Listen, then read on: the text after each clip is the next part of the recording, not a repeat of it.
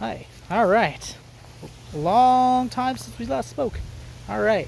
So, um, new president. I'll get into a video on that in a follow later. Hopefully, assuming I don't take another long break, which I probably might. Um, so there are currently a lot of anti-trans bills going on, being floated around the country. In response to the right wing's deep hatred of anyone who is even anyone who's different, and it's got me thinking. So you're putting. I'm walking my dog right now. That's why I'm kind of struggling. This isn't actually my dog. It's our rental.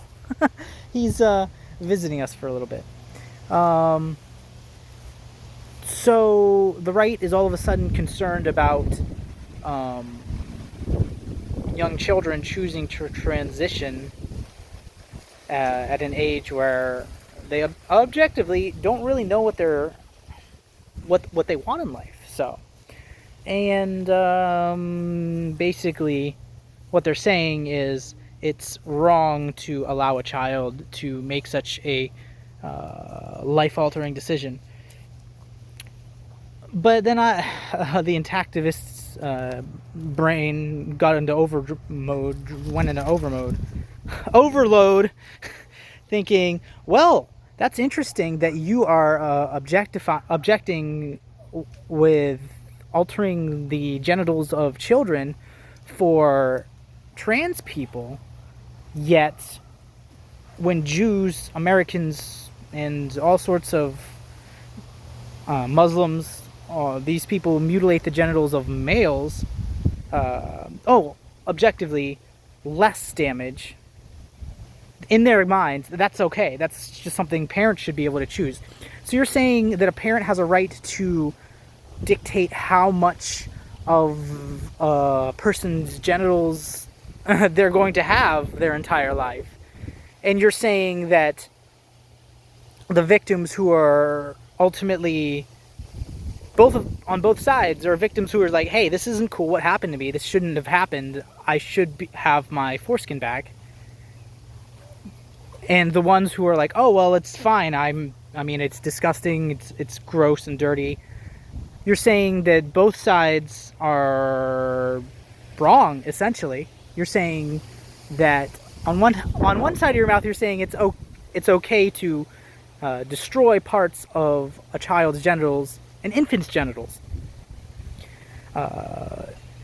if you are culturally used to it. Whereas the other side, it's not acceptable if it's something that you're not used to. That's the only difference. You're also saying that as, of course, a majority of men are victims of male genital mutilation in this country because of the ignorance of their parents and of the drive to pathologize the foreskin as some sort of damaging, dangerous body part that needs to be removed as soon as possible before the individual is even capable of lifting an arm in protest. Or even crazier, that some sky daddy says, oh, well, I mean, this is how I dictate who truly has my side, which is obscenely ridiculous. Of course, they don't ask women, those religions don't ask women to sacrifice anything. So they are intrinsically pretty disgusting on every objective, I like the word objective today, metric that you can think of. Like you're saying, and then this guy, he's very fun. Anyway, it's just all around absolutely unacceptable. Like, you are using your position of hatred and fear to, on one hand, try to come up with some reason to prevent other people from making a choice. Yes, they're children. Yes, they probably don't know exactly what they want in life. And on some level, I do agree with probably limiting that, but it should not be overlap with preventing trans people from getting health care. Absolutely not. They need to be protected the same as anyone, and given the opportunities for a healthy life that anyone else, regardless of their life choices. Oh my god, this guy, he's going nuts. What are you doing? Oh, he's chasing a moth. Oh my god. And it's the same people who are victims of the mutilation that is circumcision of a child. They were victims as infants, are now saying that it's wrong to for a young child to actively choose to damage their genitals in what they to fit what they believe is more. This guy, he's just trying to shoot. No, I probably should just give 100% of my attention to him instead of making a video, but I mean, it's already made. Yeah, I'm being a bad dog daddy. All right, guy, let's go.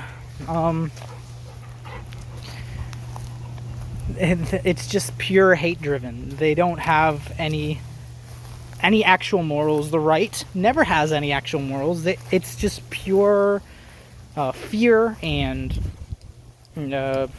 just an attempt to distract from the fact that the wealthy are the ones in control of this country, and they are the ones dictating exactly how everything is working, from healthcare to the war on drugs to the media. Anything shitty happening in this country, anything that we want to change, is being stopped by the people in charge, not the politicians. They're donors, the ones that are paying them money to take these positions, and there are very few people who are actually take a stand for anything in our democracy.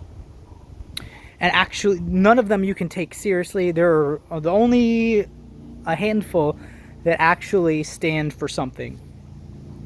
And that's why I particularly wanted Bernie Sanders to win, because he's been very consistent with his views and his opinions, and they are grounded in compassion rather than enriching the wealthy, which everyone else is in the Senate and the House is always more concerned with doing.